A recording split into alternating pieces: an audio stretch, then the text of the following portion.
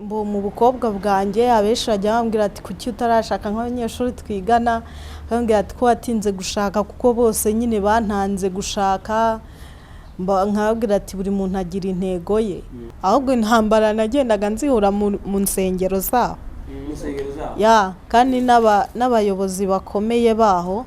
Hari ukuntu nabaga ndi kumwe na pasiteri, ariko pasiteri we agashaka kugira ute kumprofita. Hari n'uwambwiye rwose ari umupasiteri, arambwira ati rwose ngewe ndashaka ko tubyarana umwana. Ubwo arampamagara arambwira ati rero ngewe rwose icya mbere naragukunze, icya kabiri ngewe ngira umwana umwe, ndashaka ko tubyarana umwana, ndagukodeshereza inzu nguhe buri kimwe cyose tubyarana umwana, nushake tuzajye gushyingirwa. Nabwo se ko washyingiwe? Ati rwose umugore wanjye yabyaye umwana umwe kandi ntabwo akibyara. Ndamubwira ati Imana yaguhaye uwo mwana umwe, azaguha n'umwana wa kabiri. Ndamubwira ati uyu mwaka nurangira nta mwana ubonye uzangarukeho, ariko niba waramubonye ntuzagaruke imbere yanjye, ahubwo uzajye gushima Imana. Hari ikindi kintu nabonye hano iwacu abakobwa bafite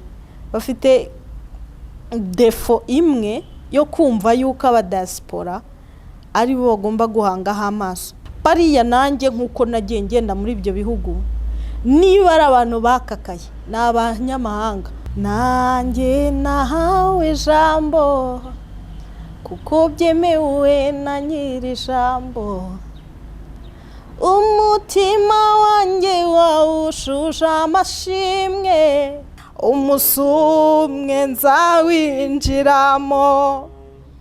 Aleluya, nuzuye ibyishimo yo. Gusenga everyday, gusenga buri munsi. Nusenga uzanesha, nunanigwa gusenga uzaneshwa. Senga. Reka musuhuze inshuti ya gusenga everyday, nizere kumeze neza. Umusaza mutumwe naje Imana yagize Edouard, abantu mu Rwanda, mu Burundi, mu biyaga bigari bumva ikirundi n'ikinyarwanda ndetse n'ikinyamurenge, tubakiriye kuri channel ya gusenga everyday. Ni gusenga buri munsi, nusenga uzanesha, nunanigwa no gusenga uzanesha. Gusenga abari muri Amerika turabasuhuje, mu nshuti zacu na cyane cyane muri Canada turabasuhuje, Imana ibahe umugisha. Abari muri Europe, Imana ibahe umugisha. Abari muri Australia, Imana ibahe umugisha. N'abari muri Asia, Imana ibahe umugisha. Tubakiye kuri channel ya gusenga everyday, uko mubona kuri kamera ya gusenga everyday turi kumwe n'umutumirwa. Watangira wibwira abantu urinde, uri umuntu ki? Murakoze, nitwa Tuyihimbaze Kesia. Musanzwe icyo nkora ndi umwenjeniyeri, nkaba ntuye muri Kenya, niho mbarizwa muri iki gihe. Ako Imana nibishaka ubwo nzahindura, ariko ubu ngubu ndi kubarizwa muri Kenya. Imana ibahe umugisha Kesia, tuguhaye ikaze kuri gusenga everyday, ni gusenga buri munsi. Murakoze. Gusenga Kesia uzanesha, ariko nunanigwa no gusenga uzanesha. Imana ibahe umugisha. Rero twakwakiriye nk'uko kuri channel yacu yitwa ni gusenga buri munsi. Watangira gusenga Imana. Mana data wa twese uri mu ijuru, murengeza ubugingo bwacu, samba itarumba giti cy'inganzamarumbo, uwera wa Isiraheli, ndagushimiye kuko uri Imana itaneshwa, kandi uri Imana itagireba inyuma, uri Imana ikomeza imigambi yayo itagihinduka. Ndagushimiye muri aka kanya kuko ungejeje ahangaha, si kubw'umugambi wanjye ahubwo ni kubw'umugambi wawe Uwiteka Imana yanjye. Wewe wambambiye ku musaraba Yesu, ndagushimiye. Gushimiye ko wampaye agakiza ku buntu, ukampa kukumenya nta rimbi kwiriye, ukampa kumenya bene data bose tutari tubikwiriye twese hamwe, nabyo ndabigushimiye. Muri aka kanya rero tuje imbere yawe, ndakwinginze kugira ngo ikiganiro cyose tuvuga ntikibe impfabusa, kuko ijambo ryawe rivuga ngo amagambo y'ubusa tuzayabazwa, ahubwo dukore ibikwiriye ndetse bikwiriye abana b'Imana. Navuga byinshi kuko byose ni wowe bigaba, mu izina rya Yesu Kristo, amen. Amen. Tuguha ikaze kuri gusenga everyday. Kesia, Imana ibahe umugisha cyane. Kesia, watangira utubwira kwa muri make, ko tubwira ubuzima bwawe muri make, wavutse kwakuze, se wakuriye mu rugo usanga bakijijwe, ese wasanze wanyu badakijijwe? murakoze. Ngewe navutse mu muryango, nakuze mbana na mama, ko ntabwo njya kuvuga ngo navutse mu muryango wuzuye wose. Nakuze mbana na mama, papa we ntabwo twari tuzi hari, ariko ubu ngubu harazwi, hari Cyangugu, twavukiye Cyangugu muri Rusizi. Rero ngewe naje no muri Kigali mfite imyaka 4 gusa, niho nageze muri Kigali. Narahize kuva muri gardienne marangiza segonderi. Rero nyuma yaho maze kurangiza segonderi nibwo nagiye gukomereza muri Kenya, ariko ntabwo ndarangiza, nyine ndacyari kwiga kaminuza. Segonderi nayize hano, ariko ndi kwiga na kaminuza. Ubu ndi gushaka n'ubundi ikindi kigo najya kwigaho mu bihugu bya Aziya, Imana nifasha kizaboneka. Rero ubuzima bwanjye busanzwe ni ubusanzwe gusa. Mu busanzwe nakunze kuba ndi umwana utuje, wishima mu buzima, ntabwo njya nkunda kubabara. Ikindi kandi mu buzima bwanjye icyo navuga ndi umwana wakuriye mu buzima butari ubw'abakire, bwari buciriritse. Ikindi mama yarasengaga cyane, ko ndakeka arakuze cyane mu gakiza, ni umukecuru ukuriye mu gakiza, arasenga. Nanjye rero mbikuriramo, nkunda gusenga, ko nsenga Imana ikajya indinda. Si uko nari umunyabyaha, ahubwo bitewe n'uko si ukwitaka, nkunda kugira umutima uciye bugufi. Rero Imana ikamba hafi cyane. Rero iyo imbaye hafi n'ubundi nkomeza urugendo rwanjye. Rero hano mu Rwanda nahahuriye n'ubuzima nyine bungoye, mpitamo kwigendera Kenya. Kenya naho ubuzima nari impunzi hano ntabwo bwanyoroheye, ariko Imana igenda imba hafi, iza no kungirira neza. Undi mubyeyi wa kabiri, ariko ntabwo aba hano mu Rwanda, aba i Burayi. Rero impaye umubyeyi wa kabiri,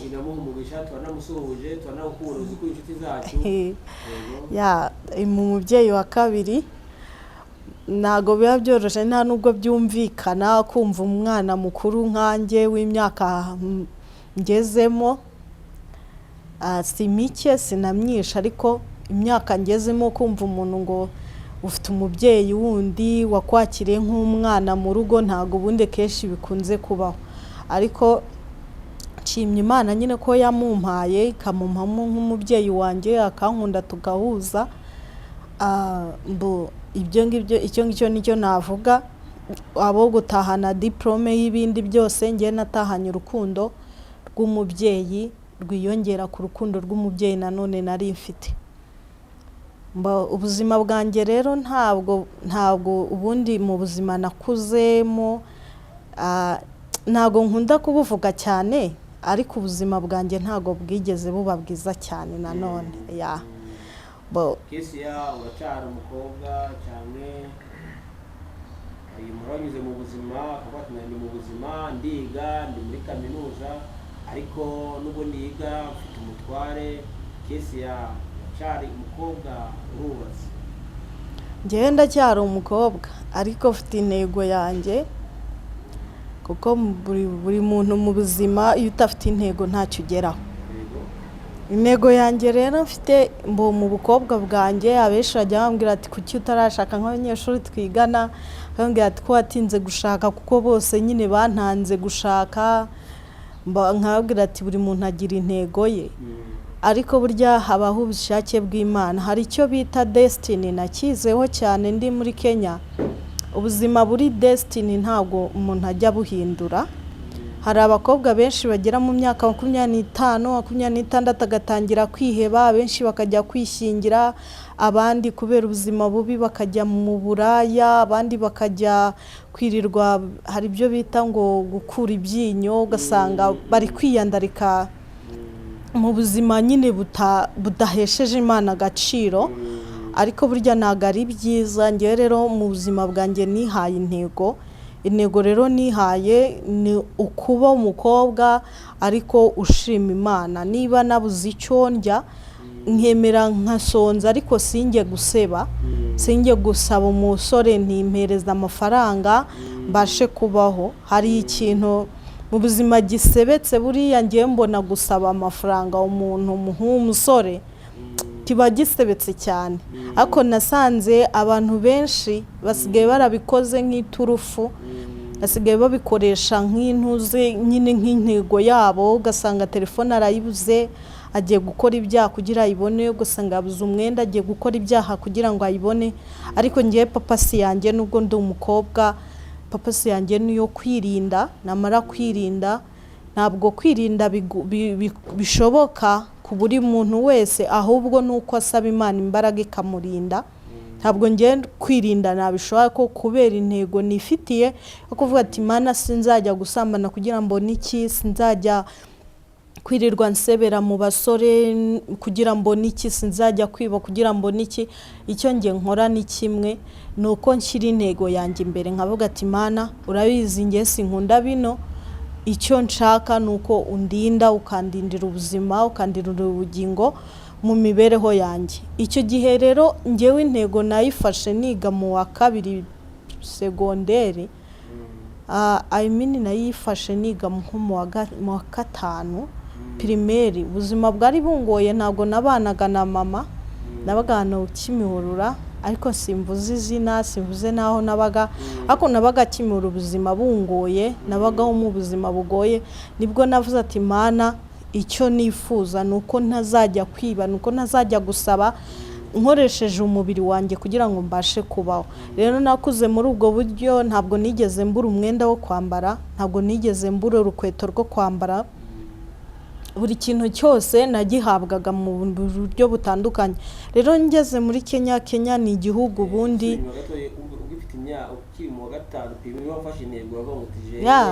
nta byo kwiyandarika kabisa.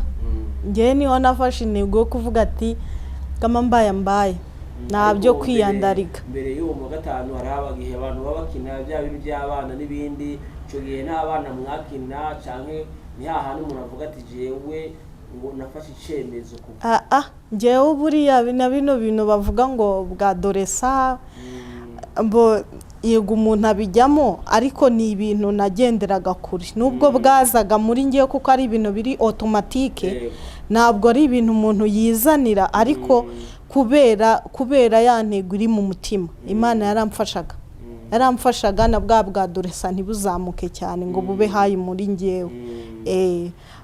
Noneho ubwo Imana nyine ikandinda bya bindi byo kuvuga ngo amarari ibiki byose ntibizemo. Nanone kandi ndi Kimihurura nakuriye mu iyobokamana. Mu iyobokamana rero hari Kimihurura nakuriyemo, yaba ari ku ishuri nize ku kigo cya ADEPR, twabaga dufite iyobokamana. Naba ntari no mu iyobokamana ryo ku ishuri, nkaba ndi kuryo ku itorero rya ADEPR hari Kimihurura. Ikiza cyabyo icyamfashaga muri byo nuko muri makeya nabaga ndi busy. Byanteraga kuba busy, ugasanga ndi muri korali, nkurira nyine muri korali bisanzwe. Nageze mu wa 1 segonderi nifuza no kuba umuhanzi. Nifuza kuba umuhanzi ariko nkajya ntinya ibintu bya kamera. N'ubu ntago ndabimenyera ibintu bya kamera no kwifotoza, amafoto ngira bitewe nuko ntinya ibintu bya kamera. Mbongeraho mpimba n'indirimbo ariko nkazibagirwa. Nyine ndavuga ati si impano yanjye ndabireka. Gusa nanone araho nageze, urabona barabana baririmba, sinzi ngo bitwa gute, ariko njya nkunda kumva indirimbo zabo. Nizo ndirimbo iyo ndi hariya ndi mu kazi, ndimo mu byanjye, nizo ndirimbo nkunda kumva. Hari indirimbo ivuga ngo nanjye nahawe ijambo, narayifashe mu mutwe yose, ariko ubu kwitangira ntago mbyibuka. Gusa narayiririmbaga nkashaka kubigana, ariko nyine nkageraho nkabivamo. Rero karagaciyemo nakuriye aho ngaho. igice waturirimbiraho gusa tukumva agace gato wibuka dukumva ijwi ryawe agace nibuka okay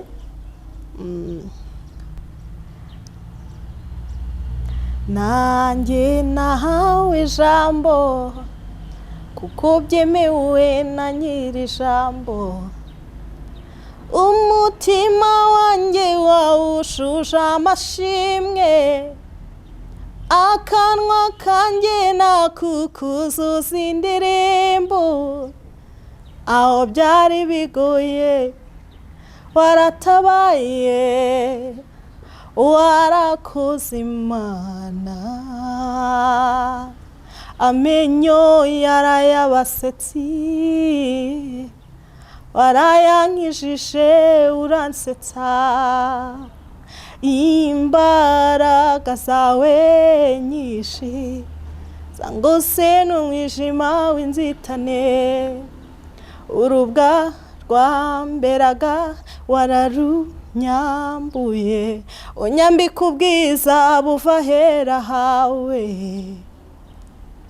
umutima wanjye wawushuje amashimwe akanwa kanjye nakukuzuza indirimbo aho byari bigoye waratabaye warakoze Imana nanjye nahawe ijambo kuko byemewe na nyiri ijambo umutima wanjye wawushuje amashimwe akanwa kanjye nakukuzuza indirimbo aho byari bigoye waratabaye warakoze Imana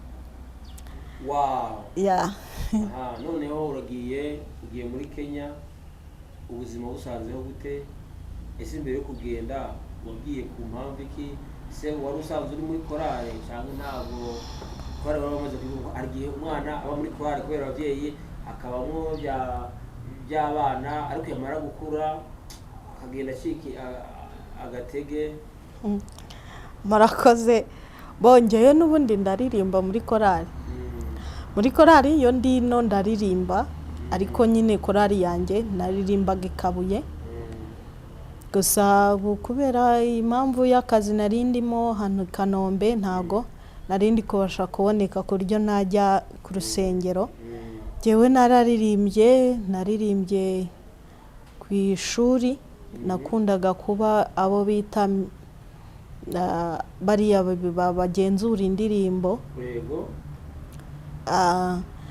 ngakunda kuba umuyobozi wabo ba dirigente muri troncome nabaye dirigente ngeze no muri ino hejuru mbushinzwe komisiyo rero njye nakoraga natozaga abaririmbyi abazanye indirimbo nanjye nahimbye indirimbo nyiha abanyeshuri ariko ntago nyibuka nyine byagiye bigiye iyo ndirimbo ngaho uririmbe rwose twumva keretse nongeye gusubira muri agenda za kera kuko njye narazitangaga gusa nkunda guhimba ariko bikananira akenshi iyo numvishe biti nshobora kubikora ariko nyine ntabwo njye niyizimo ko bishoboka nyine mba numva nyari ibisanzwe ariko kuririmbaho mu makorari ndaririmba ndaririmba mu makorari atandukanye naririmbye ku ishuri na n'ubu niyo ndi muri Kenya ndaririmba ariko nkunda indirimbo zo mu gitabo indirimbo yo mu gitabo indirimbo igufasha cyane wakubita indirimbo iza ku mwanya wa mbere indirimbo imfasha niyo ni ya 80 na rimwe mu gakiza niyo imfasha cyane nayiririmba reka kuko ntaba nibuka ngo nyakangahe byamfasha nyirebye. kumva amakuru y'umuntu Nkunda kumva amakuru y'umurwa uri kura hatagera ibyago, kandi umucyo n'umwana w'intama umunsi umwe nzawinjiramo. Nkunda kumva amakuru y'umurwa yo uri kura hatagera ibyago, kandi umucyo n'umwana w'intama umunsi umwe nzawinjiramo. Haleluya niko mvuza impundu, haleluya nzinjira mu murwa, haleluya ndi hafi kujyayo, umunsi umwe nzawinjiramo. Haleluya niko mvuza impundu, haleluya nzinjira mu murwa, haleluya ndi hafi kujyamo, umunsi umwe nzawinjiramo. Ntamarira aba muri uwo murwa, nta murubayo n'intambara, nta n'indwara ishobora kubayo, umunsi umwe nzawinjiramo. Haleluya nuzuye ibyishimo yo, haleluya nzinjira mu murwa, haleluya ndi hafi kujyayo, umunsi umwe nzawinjiramo. Abazajya muri icyo gihugu bazaba bambaye imyenda yera, babikiwe ikamba ry'izahabu, umunsi umwe nzakigeramo. Haleluya ntagushidikanya, mu ijuru hariyo umunezero, ntabwo umubabaro uba mu ijuru, niringiye kuzinjiramo. Haleluya nagushidikanyayo, mu ijuru hariyo umunezero, ntabwo umubabaro uba mu ijuru, ngiye kuzinjiramo. Amen, amen. noneho uvuye mu Rwanda werekeje mu gihugu cya Kenya. Muri Kenya ugiyeyo nta muvandimwe, nta muntu usanze muzinanyi, ese byarakoroheye mu buzima bwo kugerayo? Byaranyoroheye kuko yari umugambi w'Imana. Icyo navuze cya mbere, destiny cyangwa se umugambi w'Imana, nta kintu kijya kisobana kimwe. Umugambi w'Imana uhora ari umugambi w'Imana. Nkiri hano nakundaga gusenga, Imana ikambwira ati ujye ukunda kuririmba indirimbo y'120 mu gushimisha. Nkajya nyiririmba irivuga ngo mu ijuru imbere y'Imana. Rero naragiye naba mbabaye ngahita nibuka iyo ndirimbo ikamfasha. Rero kubwo yari umugambi w'Imana, nyagezeyo hashize igihe gitoya korona iraba. Korona ibaye kubera ko abantu benshi bari bafite ihungabana, mu buryo bwose butandukanye, biba ngombwa yuko tugira ikibazo cy'uko nyine tugiye kuguma mu rugo. Njyewe nari mfite gahunda yo kwigendera nkigira muri ibi bihugu by'Abarabu, ariko siko Imana yabigenje, kuko Imana yari ifite umugambi nyine muri Kenya. Hari icyo Imana yashaka kunyigisha, ishaka kunyigisha ubuzima yashaka kunyigisha ko umuntu ashobora kubaho nta muvandimwe bari kumwe, nta muryango, ariko akabaho kubera ko abeshejwe ho n'Imana. Hari umuririmbyi waririmbye ngo mbeshwaho no kwizera Yesu. Rero kubera ko tubeshwaho no kwizera Kristo nibyo bituma tubaho. Ntabwo tubaho kuko twizeye amafaranga dufite, nubwo tubaho kuko twizeye ubwiza dufite, kuko tugiye muri ibyo ngibyo twasanga turi ubusa, kuko twasanga icya mbere turi inyo, ikindi cya kabiri twasanga ntacyo turi cyo. Rero ngiye cyambesheje muri Kenya n'ukumva yuko ari Imana imbeshejeho. Ntago njya kuvuga byinshi ngo mvuga akazi kose nagiye nkora, ariko nabayeho kubw'Imana. Nciye muri make nakoreye Abasudani, urumva naho nagiye bari Abasudani bo hasi bibikara, mbana nabo igihe kirekire, ndahava ndicara nshoma umwaka wose. Murakoranye n'abantu benshi, iyo bakoranye n'abo bantu urumva ko hari ukuntu bigenda wabyifashe gute? Se nta ntambara waba warahuye nazo uvuga uti ahantu nagwanye intambara nziza, ko papa waravuga ati mugwaye intambara nziza? Intambara nziza zo narwanye nazo kubera ko ntago muri ubu buzima ubundi duhora turwana. Impamvu duhora turwana ni iyihe? Duhora turwana kugira ngo tubeho. Rero nanjye iyo ngiyo narayirwanaga, kandi ubuzima bukangora rimwe na rimwe, ariko nkavuga ati nihaye intego kandi n'Imana izanshyigikira. Nasanze umuryango wanjye hafi ya wose niho umwishi niho utuye, ariko umuryango abenshi nasanze bitameze neza mu by'umwuka cyangwa se mu kumana, nasanze bitameze neza. Rero biba ngombwa nanjye ko nibana igihe kirekire, ndibana. Mu kwibana rero nkajya mbasha kugira ute, nkajya mbasha kugendana n'Imana buhoro buhoro. Si uko ari byari sawa cyane, ariko nabaga ndi update n'Imana. Ikintu cyose nakoraga niringiraga Imana, nkanayihamagara ikamfasha, ikingoye ikamfasha. Niba nshomye nta mafaranga afite ikamfasha, ariko sinajya kubeshyera Imana. Ntabwo nigeze nshoma ku buryo mbura amafaranga. Ngiye nabonaga amafaranga mu buryo buntunguye, ariko nkayabona. Ubona umukobwa nukuvuga ngo ugiye mu kindi gihugu, urimo wakorera abantu, ni bose bawe bafite amafaranga, muri kubaza se nta ntambara waba waragwanye nazo? Hari igihe abakoresha baba bifuza bati si uyu mukobwa twamuprofita, ibintu nk'ibyo ntabwo wabuze, ntabwo waba warahuye nazo? Ntago nazihuye nazo mu bakoresha banjye ngo wenda bankoresha ibyaha, ahubwo intambara nagendaga nzihura mu nsengero zabo.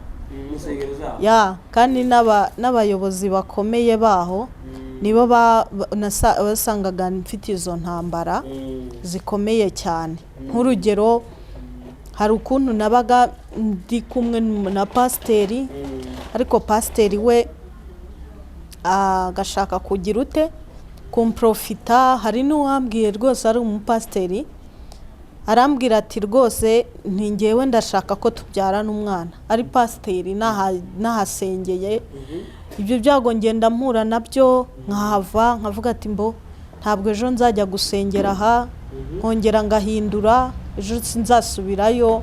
Nyine ngahora muri urwo ngurwo, ngeraho ndavuga ati reka niturize, Imana niyo izamfasha. Izindi ntambara ntabwo wazibura cyane kuko ndi umukobwa. Cyane abapasiteri baharara bikubwira, ariko kakubwira ati rwose ngewe nagukunze, none rero ndagira ngo nkukodeshereze geto, dore nta kazi ufite, noneho rero tujye tuza rwose tuganire. Nawe urumva nyine ikiganiro tuzajya tuganira icyo ari cyo.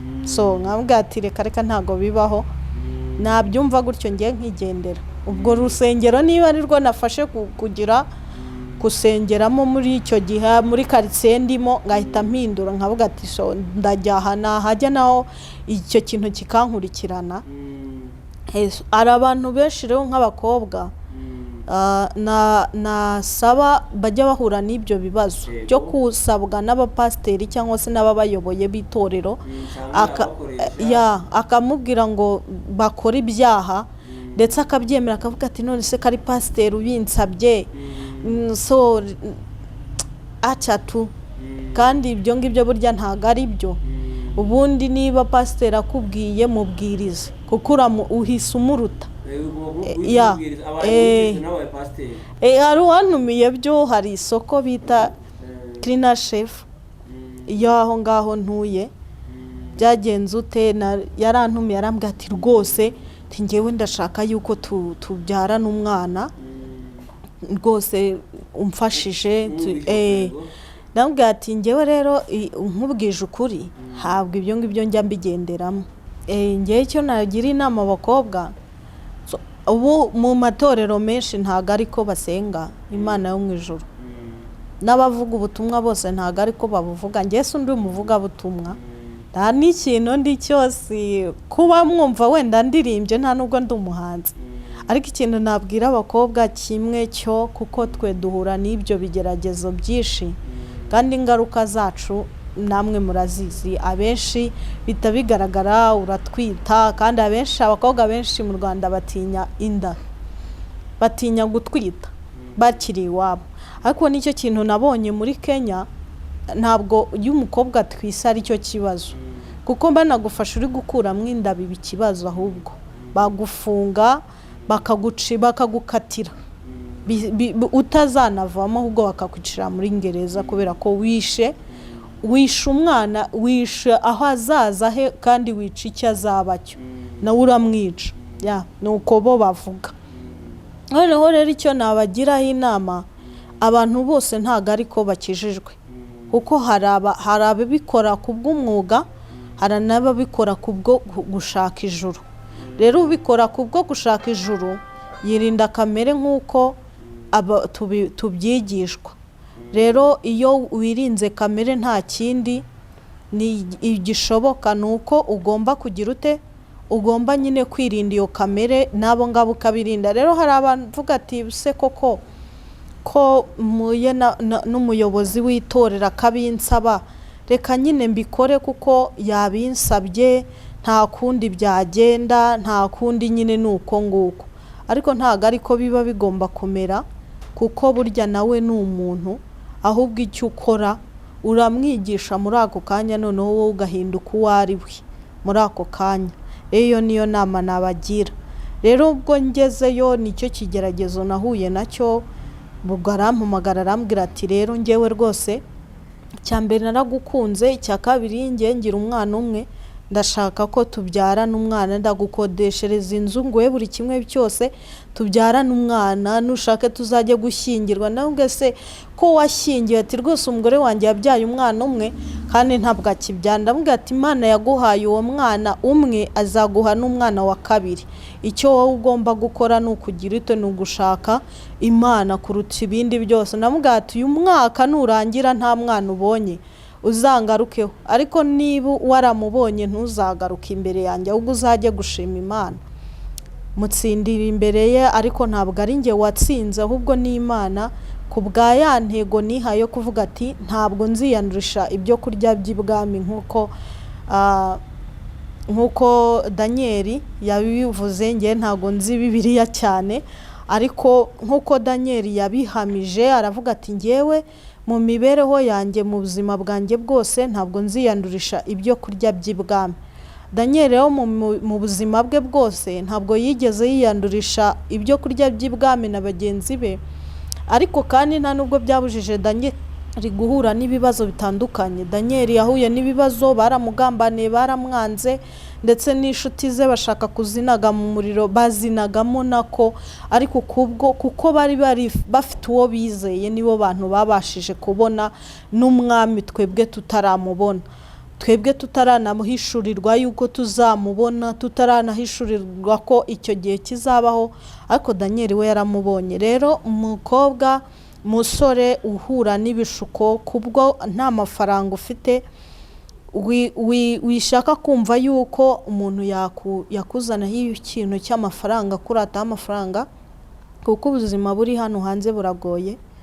Ahubwo wowe fata intego muri wowe, ufate purpose yo kuvuga ati ndashaka kugera kuri iki. Niba ushaka kuba umukire ntabwo byaba ako kanya, kuko n'abari abagabo bagiye baba bakire nta kindi cyabayeho, nta n'ubundi bushobozi bari bafite, ahubwo babashije kugira intego mu buzima bwabo. Intego rero nta yindi musore mukobwa wagira, ni iyo gukora icyo bita save, ugasevinga mu buzima bwawe bwose. Si ugusevinga amafaranga, ahubwo ugasevinga n'icyo ugomba kuba cyo. Rero niba usevinze ubuzima bwawe kubugurisha hanze mukobwa, nawe musore ukavuga ati nzajya ku bishuga dadi kugira ngo mbashe kubaho, ibyo ni ibyawe pe. Ariko icyo nakugira inama cyo, sevinga ubuzima bwawe nk'uko usevinga amafaranga. Ikindi kandi usevinga amafaranga nk'ushaka kuzagira ejo heza, abana beza, ubuzima bwiza butagira kwicuza.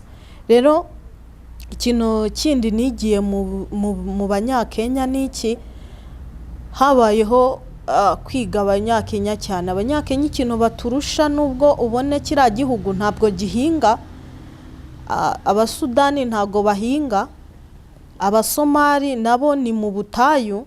Ibyo bihugu byose nagize amahirwe wenda yo gutembera. Wenda abatanzaniya bo nta kibazo, ariko ibyo bihugu mvuze ni ubutayu, bugira amapfa menshi cyane. N'ufite inka irapfa, buri kintu cyabo cyose kirapfa. Ariko icyo nakubwira cyo, bagira mu mutwe hasevinga. Noneho ikindi niba wizeye Imana, yizere wibivanga. Niba wizeye Imana, niba ushaka kuba uwo uriwe, ukizera Imana, wibivanga. Abanyakenya ntibavanga. Niba ari umupasiteri muzima, aba umupasiteri. Niba ari umupasiteri ukora ibyaha, nawe abijyamo akaba umupasiteri ariko ucuruza nyine ijambo ry'Imana. Niba kandi ari umukristo ushaka ijambo ry'Imana, ndetse ushaka ko ibintu byose byiwe mu buzima bizajya bica ku Mana, nuko bakora. Ariko niba ari umuntu ushaka nanone gukora nta kindi arebeyeho, icyo mu buzima we akora niki, ni ukugenda yarangiza akajya mu bapfumu, akajya mu birozi byabo, abarungi babo, bakamuhereza ububasha bwo gucuruza. N'abantu bateye imbere cyane, ariko bakagira ikintu bita gusevinga. Niba yakoreye 200 uyu munsi, 100 riba ritari irye.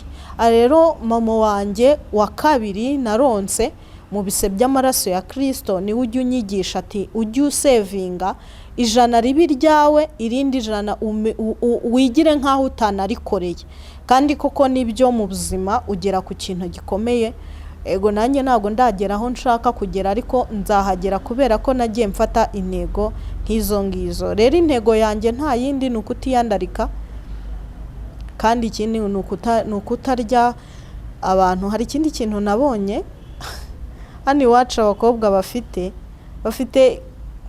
defo imwe yo kumva yuko abadiaspora ari bo bagomba guhangaho amaso.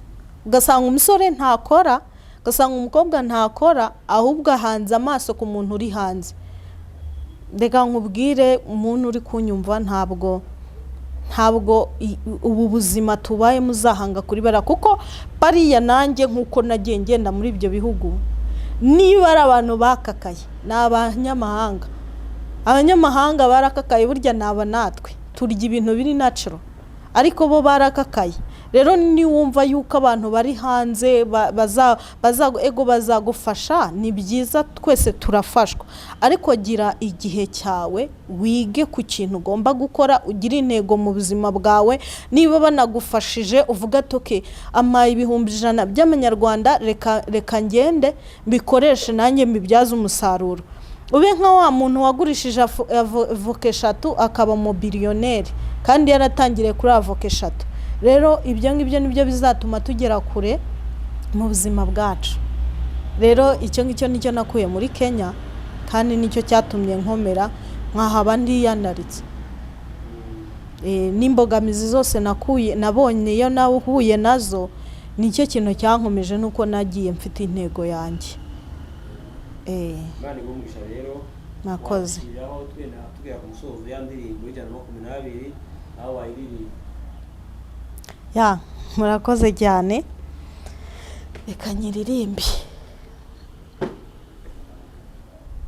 Mwijuri mbere y'Imana mfite umuntu mvugira n'umukuru w'abatambyi kandi yitwa Rukundo, mpamya yuko izina ryanjye riri ku mutima we, ubwamvugira nta mwanzi wamunyirukanaho, mpamya yuko izina ryanjye riri ku mutima we, ubwamvugira nta mwanzi wamunyirukanaho. Satani yanyibukije gukiranirwa kwanjye, ashaka kunyihebesha yantumbira mu ijuru. Ndebayo umukiza wanjye wabinkuyeho rwose, kera yaramongereye nuko sinzarimbuka. Ndebayo umukiza wanjye wabinkuyeho rwose, kera yaramongereye nuko sinzarimbuka. Uwiteka umucamanza yambonye amaraso, nancira urubanza rubi, anyitukiranutse. Yarancunguye ngo mbuwe, niko kunyishingira, kuko adapfa siyipfuye, njye na Yesu turumwe. Amen. Uwiteka umucamanza yambonyeho amaraso. Ntabwo ari amaraso, hari umuririmbyi uvuga ngo ayo maraso si ayo mu bitungwa, ahubwo ni amaraso y'umwami Yesu. Icyo rero wizeye bikubera gutyo. Rero niba twizeye umwami Yesu tukamwizera nk'umukiza, azadukiza muri byose nk'uko uyu muririmbyi abivuga. Murakoze. Imana igumuje cyane. Wasoza wavuze ko uri n'umuenjeniyeri uzi kubakisha abantu, bashobora kuba bafite amazu bavuga tumenyereye abaenjeniyeri benshi ari abagabo cyangwa ari abasore. Hari umuntu avuga ati noneho hari umuntu ashobora kuvuga ati nashobora kurangira akazi, mfite kadasiteri nshaka kubaka, mfite etaje nshaka kubakisha, watanga nimero abantu bakazaguhamagara. Imana igumugisha. Murakoze. Nimero yanjye ariko nkoresha inyakenya kuri WhatsApp, guteranya 254 793 02 35 797, guteranya 254 793 02 35 97. Murakoze. Murakoze cyane. Wasoza gusenga Imana. Mana ndagushimiye, ushimiye ku bw'aka kanya, si ku bwanjye, si ku bw'amaraso yanjye n'amaboko yanjye n'ubushobozi bwanjye, ahubwo ni wowe unshoboje, kuko umuririmbyi niwe wavuze ngo mbeshwaho no kwizera Yesu kandi nshobozwa byose na Kristo umpa imbaraga. Uwo ni Pawulo wabivuze. Ndagushimiye rero ko ari wowe unshoboje kugira icyo mvugira imbere y'abantu, sinari mbikwiriye kuko ntanabimenyera, ariko wanshoboje. Ndagushimiye rero mwami, komeza ubane natwe, ukomeze ubane na buri umwe wese uraza kumva iki kiganiro, kibafashe abacyumva ndetse mwami wanjye n'abo yagihereza ngo kimufashe kandi mwami ukomeze kutuyobora inzira yo gukora ibyiza no kujijuka muri iyi si turimo. Gushimiye kubyumvishije kandi kubikora ku bwa Yesu Kristo wabambwe rimwe risa. Amen. Amen. Imana iguhe umugisha. Ikiganiro nawe utaha. Shalom shalom. Murakoze. Gusenga everyday, gusenga buri munsi. Nusenga uzanesha. Nunanigwa gusenga uzaneshwa. Senga.